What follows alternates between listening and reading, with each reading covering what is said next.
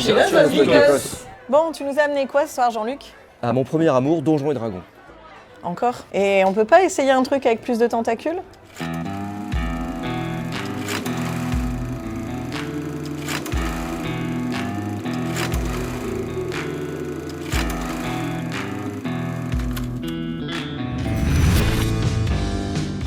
Bon, du coup, j'ai trouvé un compromis. Cthulhu Mythos, donc Cthulhu.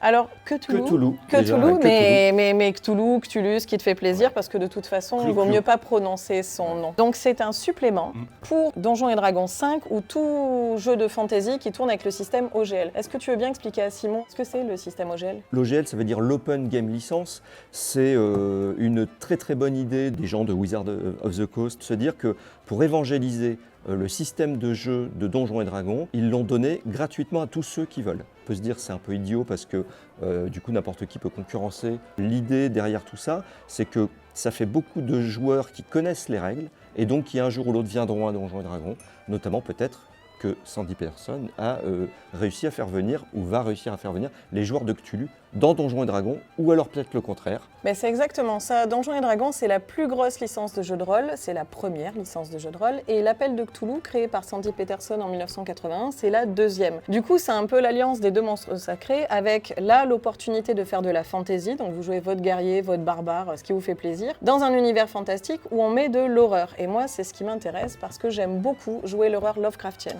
Normalement, quand tu joues à donjon, tu vas faire des donjons super loin, à la fin, il y a un dragon, il y a probablement des trésors, et t'es content de les vaincre, les monstres, mais t'as pas forcément peur, ni pour ton personnage, ni globalement en termes d'ambiance. L'horreur Lovecraftienne, c'est l'horreur qui vient dans le quotidien du joueur, et donc plutôt qui va venir dans son environnement, le village qui nous sert de base, l'auberge, notre propre château ou manoir. Quand tu fais jouer l'horreur Lovecraftienne, tu parles pas des règles stratégiques ou des règles techniques comme on peut le faire souvent à donjon. On dit pas, tiens, il y a un Shoggoth niveau 21 qui va t'attaquer, initiative. Non, on essaie d'être dans un roleplay qui est plus sournois, sans jamais totalement décrire, parce que le but c'est que le joueur soit un peu perdu et un peu peur. Et ce qui est intéressant, outre la banque d'une centaine de monstres qui est fournie, les descriptifs des grands anciens à plusieurs niveaux, des tas d'objets sacrés, de livres impies et d'artefacts, c'est qu'on a deux nouvelles règles qui se rajoutent à celles de donjon, qui sont celles de la démence et de l'effroi. Quand vous allez croiser un charmant petit bonhomme comme ceci, vous allez faire un jet de sauvegarde par rapport à votre sagesse. On lance un dé 20,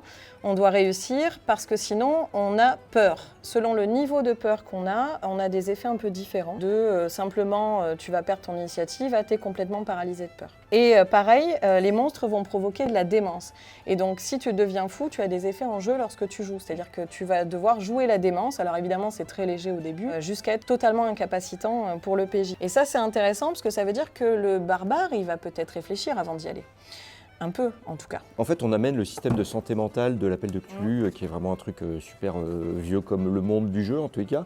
Mais on l'amène dans Donjon, qui était plutôt un jeu où on essaye d'avoir de plus en plus, et notre personnage est de plus en plus performant. Oui. Là, c'est une mécanique qui va dégrader notre personnage à un moment, et du coup, on n'aime pas trop ça, nous, les joueurs de Donjon. Oui, parce qu'en général, on est plutôt sur point de vie et niveau. Le problème de l'Appel de Cthulhu, souvent, ce qui est reproché, c'est que c'est l'inverse. C'est un jeu où la durée de vie du personnage est assez courte, où le perso prend cher, donc à la fin de la partie, il est en moins bon état qu'au début, et pas que physiquement.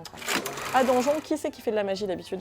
Magicien, sorcier, on peut être paladin et faire un peu de magie. Ça dépend de la version, mais à l'époque de la version 4, c'était quasiment tout le monde pouvait faire ce qu'on appelle des cantrips, qui sont des petits pouvoirs, on va dire, un peu magiques, pas forcément puissants. Et bien là, moi, c'est ce que j'aime, c'est qu'on revient à ce genre de choses. C'est-à-dire qu'il y a plein de sorts qui sont réservés aux clercs, aux ensorceleurs, qui sont des sorts bien costauds. Et il y a aussi toute une banque de sorts un peu risqués, parce qu'on est quand même dans une magie assez sale, donc Cthulhu, qu'on peut faire même si on est un rogue ou une classe de perso qui normalement ne touche pas à la magie. Ça, c'est plutôt fun, parce que ça va permettre à des joueurs qui ont des personnages, on va dire non mages, de se faire plaisir un peu de temps en temps. Après, la grosse nouveauté qui est plutôt assez marrante, c'est qu'on va pouvoir jouer des nouvelles classes de perso, des nouvelles races, pardon, d'abord, comme par exemple les chats des contrées du rêve. Ça a l'air trop kawaii, mais c'est pas si kawaii que ça. On nous promet l'horreur et on va pouvoir jouer un chat, moi déjà. Mais quand tu lis le descriptif du chat, c'est pas n'importe quel chat. Des gnoris. Alors encore une charmante bestiole qui vient des profondeurs. Donc la goule, je la montre parce que quand même, c'est pas la goule de Dracula. Hein. Là, on est sur un truc poilu et un peu dégueu. Le zog. Imaginez Maître Splinter, mais avec des tentacules à la Zoidberg. Là. Voilà. Donc Ça a l'air quelque marrant. chose de tout à fait charmant. Ouais. Une fois qu'on a choisi notre race, on peut très bien jouer un humain, un elfe, un nymphe, on est quand même à donjon. On a des voies particulières qui ont été rajoutées, des nouveaux dons. Alors par exemple, le balayage caudal. Vous imaginez bien qu'on n'a pas tous des nageoires à donjon. Il y a plein de choses, le festoyeur érudit. Alors ça a l'air super festif, mais en fait c'est juste dégoûtant. On peut avoir la robustesse des profonds, etc. Je te pique le livre de secondes. Vas-y, c'est rigolo. Ce que je vois par contre, c'est que c'est vraiment la maquette habituelle. Là, tous les joueurs qui sont passés ou qui découvrent Donjons et Dragons sur la version 5, c'est la même maquette, la même qualité, c'est la même façon d'avoir les petits encarts avec les fiches techniques de personnages, c'est la même classification, c'est-à-dire ils sont rangés par dangerosité, c'est-à-dire par level. Tout d'un coup, on va pouvoir quand même avoir du chasseur Gnori, de la bête lunaire, du profond, voilà, du satyre du mythe, le Vunit, le Wamp. Voilà, des tas de monstres finalement qui vont changer du quotidien.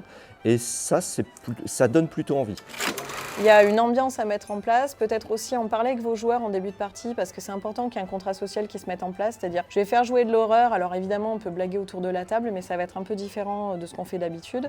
Il n'y a pas de scénario en tant que tel dans le bouquin, mais effectivement tout ce qui est scénario en huis clos, enquête au sein d'une ville, où même si c'est pas la trame principale de votre scénario, il peut se passer des choses un peu sales dans les souterrains. Je vois très très bien dans les royaumes oubliés, tout d'un coup on entend, je sais pas quoi, aux portes de Baldur, on entend parler de nains qui ont creusé trop profond et qui voilà et qui ont réveillé le Balrog. et qui ont réveillé du coup peut-être pas le Balrog mais un truc pas cool. Mais on devrait trouver un grand ancien qui vit dans les profondeurs. Ouais. Le but c'est aussi de sortir des créatures habituelles pour les joueurs, c'est un peu plus exotique. Ça fera peut-être plaisir aux joueurs de Cthulhu qui en ont marre de jouer dans les années 20, je ne sais pas si c'est possible mais bon admettons. Après des novices à donjon, il vaut mieux qu'ils découvrent leur premier oursibou, ça va être génial. Il existe des boîtes d'initiation et pour donjon et pour l'appel de Cthulhu. Lancez-vous d'abord sur des boîtes d'initiation, elles sont hyper bien faites. Et dès que vous aurez la sensation que vous voulez plus, là, il faudra aller piocher du côté de ces produits-là. Du coup, puisqu'on est là, Simon, ça te dirait pas un peu de tentacules ? Ça vous dirait pas de faire un double en fait? Alors Jean-Luc, qu'est-ce qu'on fait pour que Cthulhu approuve notre vidéo ? Alors on va demander à Cthulhu de mettre un gros pouce tentaculaire bleu. De s'abonner, d'aller faire un tour sur notre Instagram pour voir les photos de tournage. Pour faire plaisir à Cthulhu, commentez, dites-nous si la vidéo vous a plu, si vous préférez Donjon ou Cthulhu, si vous préférez qu'on fasse des unboxings de jeux ou si vous préférez une vidéo comme celle-ci un peu plus technique où on parle un peu système et contenu. Au passage, on remercie Edge pour le livre en avant-première. Merci à Yann de l'Onirique qui nous a prêté sa taverne médiévale pour faire cette vidéo. On se retrouve très bientôt encore avec du jeu de rôle. Adios los geekos!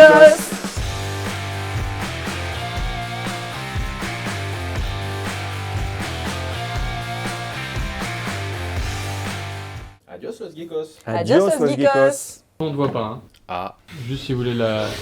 toi ta gueule.